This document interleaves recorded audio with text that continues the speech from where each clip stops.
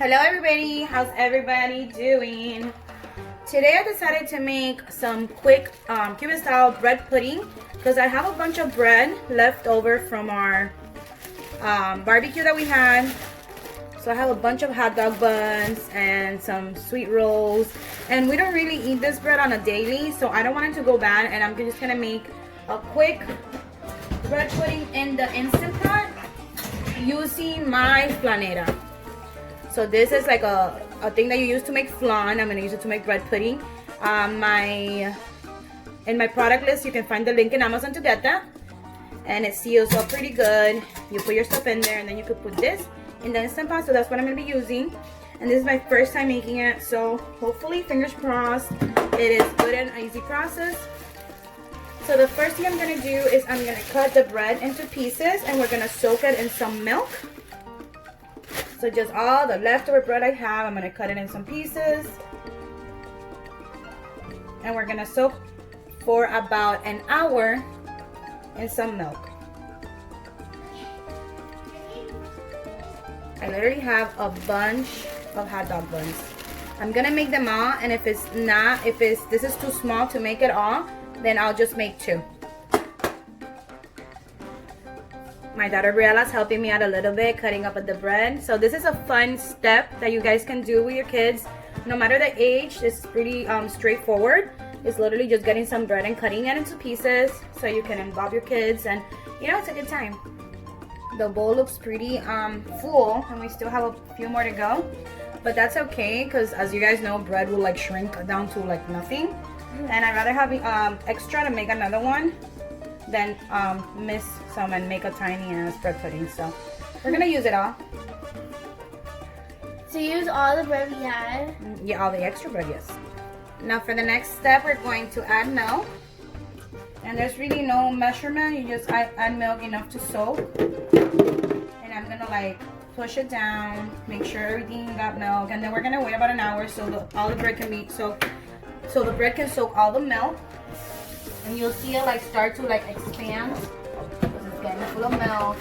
And just so you know, I'm gonna grab a fork and just push down on it. Push down on it, make sure everything has enough milk. Obviously, I do not have enough milk here. And we're gonna go adding little by little.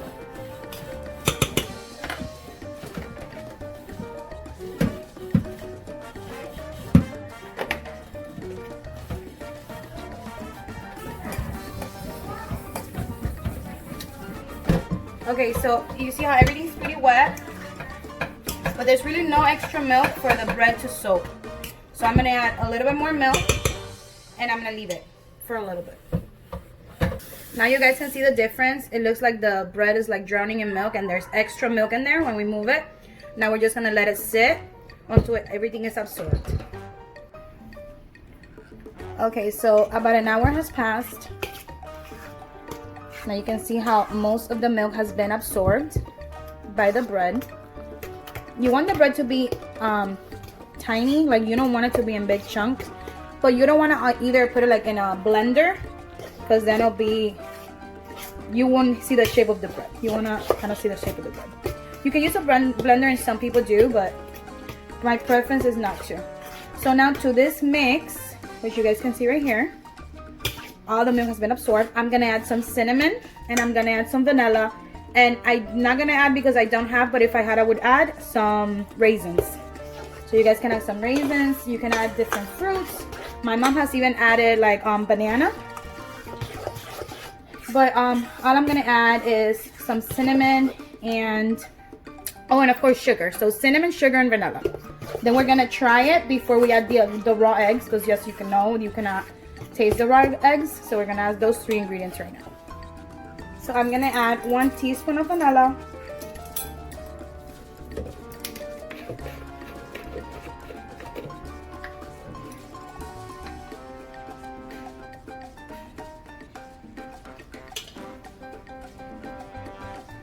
One teaspoon of vanilla. I'm gonna add half a cup of sugar and try it. So instead of 1/2, I'm gonna start with 1/4 cup of sugar. and start trying because I'm not sure how much sugar I'm gonna need for this much, and I don't want it to be like super sweet, so I'll go adding little by little, stirring, making sure everything is well combined, and then I will add more sugar as needed. Also, always add like a tiny dash of salt to your desserts. That brings out the flavors.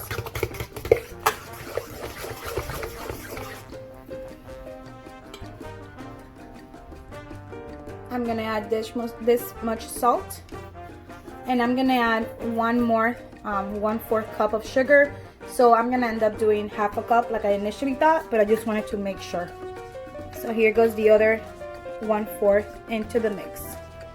I'm gonna stir it well, and then I'm gonna add some cinnamon.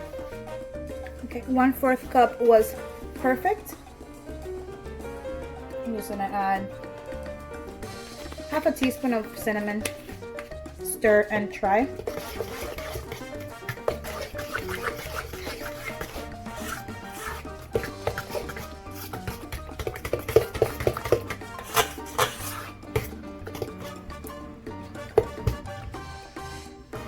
I just turn on the flash, which helps. This is the consistency. It's like a thick oatmeal kind of thing. I'm gonna try one more time, and then I'm gonna add the eggs. And now we're going to crack 4 eggs, mix, and add to the bread pudding mix. So 4 large eggs, mix them together.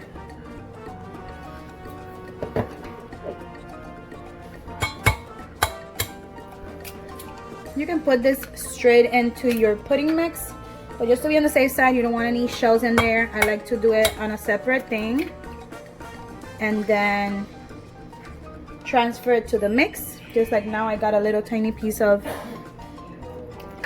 eggshell in there. I have to take it out, and it's easier this way than having to try to look through the whole entire mix. So let me do this eggs, and I'll show you guys how I mix it in. So this is the same fork that I was using for the mix. And it doesn't matter, because anyways these eggs are going to go into the mix, so we're just going to use the same fork.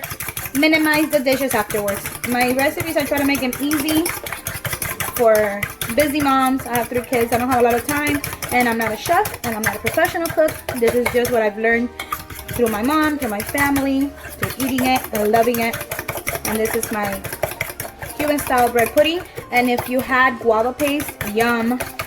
But I don't have, I forgot to buy this week, so it's just gonna be literally bread pudding with nothing. Let me go and check on my caramel. So this is the mix, bread pudding mix. We're gonna add the eggs. Depending on how much bread pudding, you're gonna add 4 to 6 eggs. That's what's gonna make them stick together.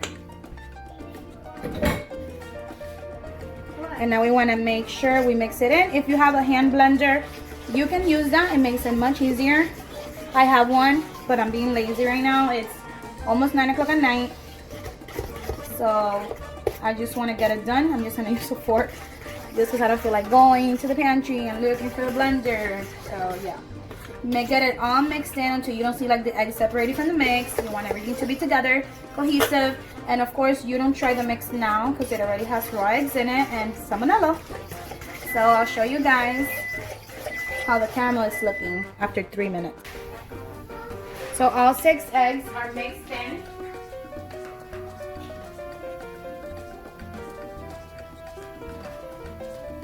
They are well incorporated, everything's in there. And now we are going to make our caramel. So for the caramel, we're gonna I use this metal measuring cup that can be put into the microwave, and I'm going to use 2/3 cups of sugar, 6 tablespoons of water. You can also make your caramel on the stove top. It just takes a lot more time, and you got to be on top of it. So this way it's easier, and all you got to do is put it in there and just check it once in a while, and that'll be all. So 2/3 cups of sugar and 6 tablespoons of water. This one has 2 tablespoons, so I'm going to put 3 of these.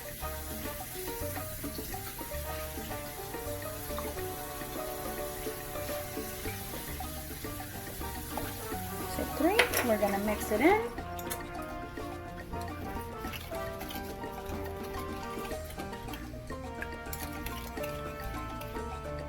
And now I'm gonna put it 3 minutes, check on it, and continue to microwave a little bit more until it's like caramel.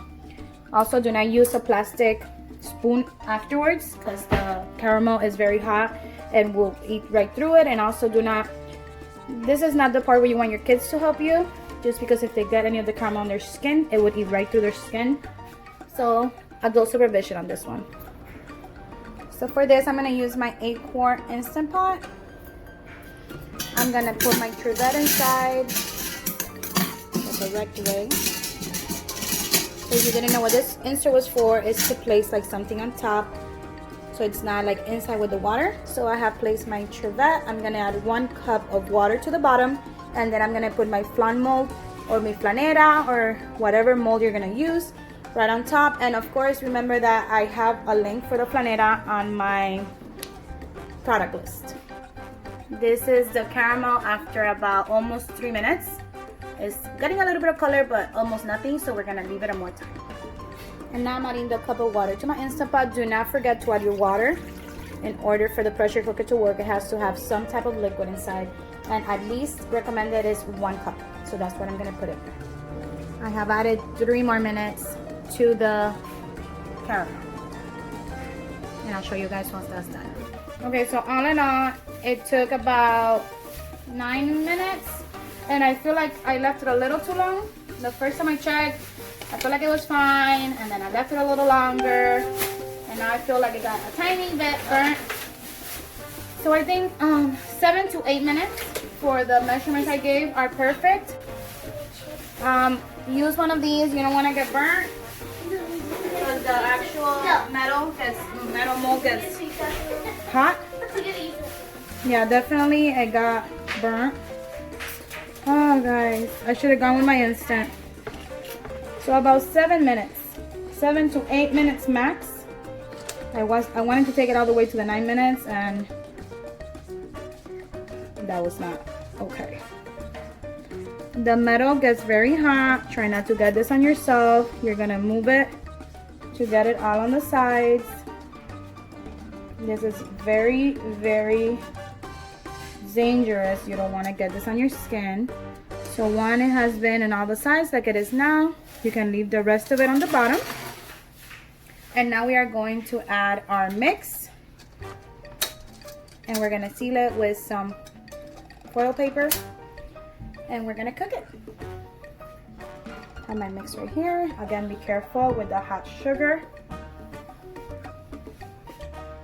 You don't want to overfill.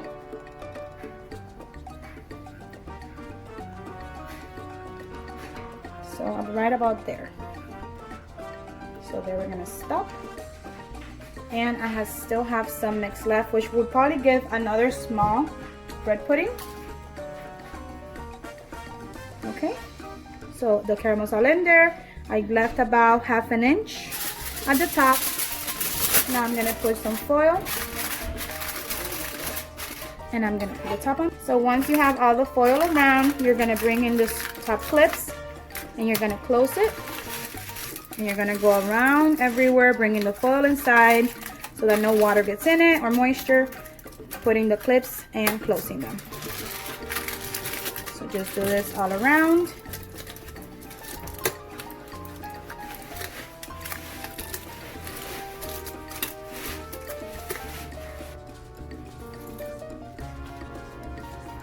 Now we are going to place our mold on top of the trivet.